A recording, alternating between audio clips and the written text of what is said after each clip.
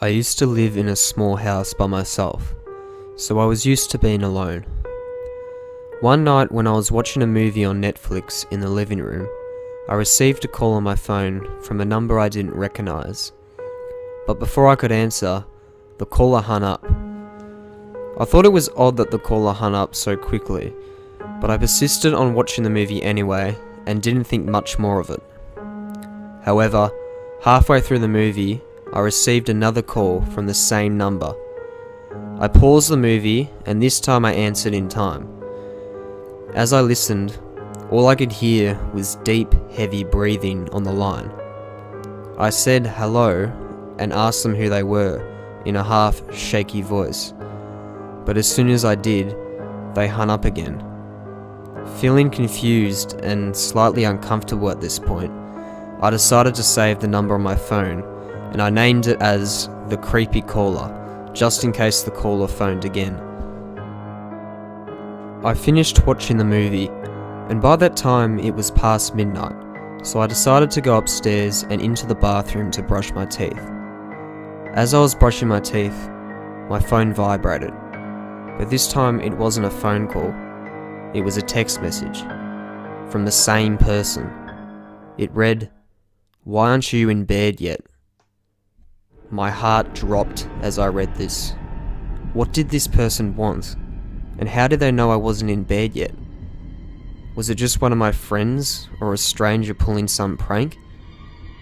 I swiftly made my way upstairs and into my bedroom, locking the door behind me. I then gathered the nerve to text the caller back. "Who are you?" I wrote. I waited for what felt like ages, eyes locked on my phone screen, my whole body shaking as I sat on the edge of my bed. About 10 seconds later, the silence was broken, and I'll never forget the level of fear that I felt. There was a ring, a singular ring. It only took me a second to realise what it was. It was the ring a phone makes when it receives a notification or a text, and it came from under my bed. I sprung up from my bed and charged for my door, screaming my lungs out. I fumbled with the lock, desperately trying to escape as I heard shuffling coming from under my bed. I burst open the door eventually and sprinted out of my room, not daring to look behind me. Down the stairs I went and out the front door with just my socks on. I hid behind a bush and I called the police immediately, telling the operator that there was an intruder in my house.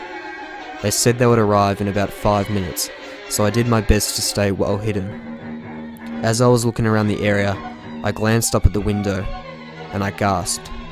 There was a person looking out my bedroom window. It was too dark to see the face properly. To be honest, I couldn't even tell if it was a man or a woman. I ducked down, praying that the person hadn't seen me. I looked back only moments later to see that the person was no longer at the window. I decided to then make a run for the neighbour's house, hiding in their front yard. I just sat there, waiting for what felt like eternity, just begging that the police would arrive soon. And they did, not long after. I literally ran into one of the officers' arms, trying my best to explain the situation. They entered the house, but didn't find any sign of the person. Whoever it was had left between the time I headed for the neighbour's house and when the cops arrived. I couldn't sleep that night, and I still think about it even now, a whole year later. I still don't understand how the intruder got inside, but more importantly, how the fuck they got my phone number. So to the man or woman that did this, let's not meet again.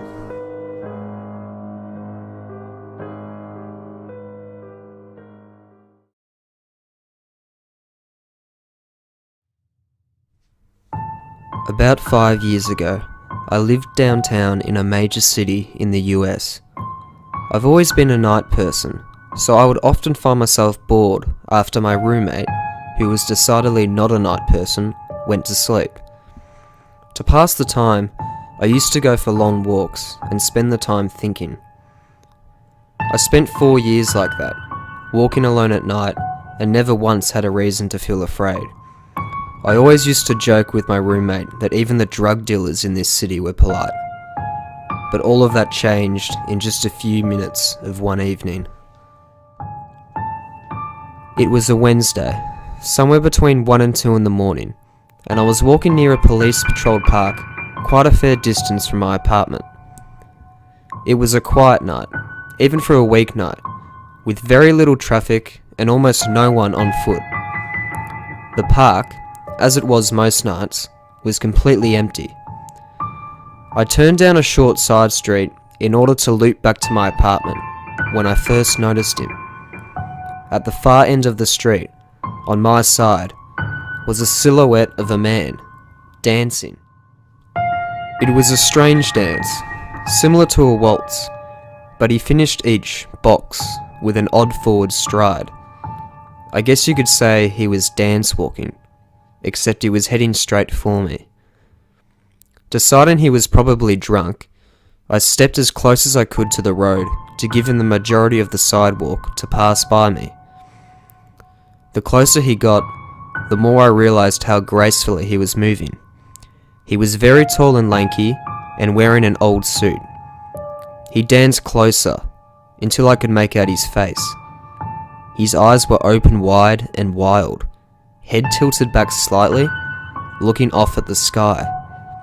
His mouth was formed in a painfully wide cartoon of a smile. Between the eyes and the smile, I decided to cross the street before he danced any closer. I took my eyes off him to cross the empty street. As I reached the other side, I glanced back, and then stopped dead in my tracks. He had stopped dancing and was standing with one foot in the street, perfectly parallel to me. He was facing me, but still looking skyward, smile still wide on his lips. I was completely and utterly unnerved by this. I started walking again, but kept my eyes on the man. He didn't move. Once I had put about half a block between us, I turned away from him for a moment to watch the sidewalk in front of me. The street and the sidewalk ahead of me were completely empty. Still unnerved, I looked back to see where he'd been standing, to find him gone. For the briefest of moments, I felt relieved, until I noticed him. He had crossed the street, and was now slightly crouched down. I couldn't tell for sure due to the distance and the shadows, but I was certain he was facing me. I had looked away from him for no more than 10 seconds, so it was clear that he had moved fast. I was so shocked that I just stood there for some time, staring at him. And then he started moving toward me again. He took giant, exaggerated tiptoed steps, as if he were a cartoon character sneaking up on someone, except he was moving very, very quickly. I'd like to say at this point that I ran away, or pulled up my pepper spray, or my cell phone, or anything, but I didn't. I just stood there, completely frozen, as the smiling man crept toward me. And then he stopped again, about a car length away from me, still smiling his smile, still looking to the sky. When I finally found my voice, I blurted out the first thing that came to mind. What I meant to ask was, "What the fuck do you want?" in an angry, demanding tone. But what came out was a whimper. What? Regardless of whether or not humans can smell fear, they can certainly hear it, and I heard it in my own voice, and that only made me more afraid. But he didn't react to it at all. He just stood there, smiling. And then, after what felt like forever, he turned around, very slowly, and started dance walking away. Just like that. Not wanting to turn my back to him again, I just watched him go, until he was far enough to almost be out of sight. But then I realised something. He wasn't moving away anymore, nor was he dancing. I watched in horror as the distant shape of him grew larger and larger. He was coming back my way.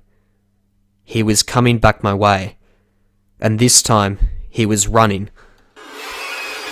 I ran too. I ran until I was off the side of the road and back onto a better lit road with sparse traffic. Looking behind me then, he was nowhere to be found. The rest of the way home, I kept glancing over my shoulder, always expecting to see his stupid smile, but he was never there. I lived in that city for 6 months after that night, and I never went out for another walk. There was just something about his face that always haunted me. He didn't look drunk. He didn't look high. He just looked completely and utterly insane.